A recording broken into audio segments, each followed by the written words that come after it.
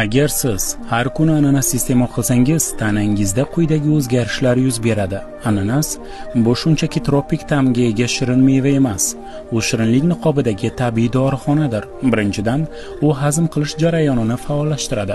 Buning sababi bromelain nomli kuchli ferment. U oqsillarni parchalaydi va oshqozon ishini yengillashtiradi.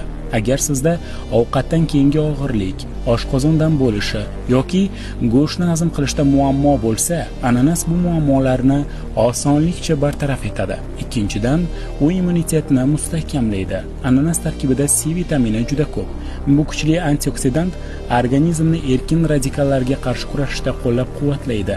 Shamollash, holsizlik va charchoq kabi holatlar agar sizning ratsioningizda ananas bo'lsa, asta-sekin chekinadi. Uchinchidan, ananas tarkibida suyaklar uchun foydali bo'lgan marganet minerali mavjud bo'lib, u suyak to'qimalarining shakllanishida ishtirok etadi. Ayniqsa, bu 30 yoshdan oshgan erkaklar uchun muhim, chunki aynan shu yoshdan boshlab suyak zichligi kamayishni boshlaydi.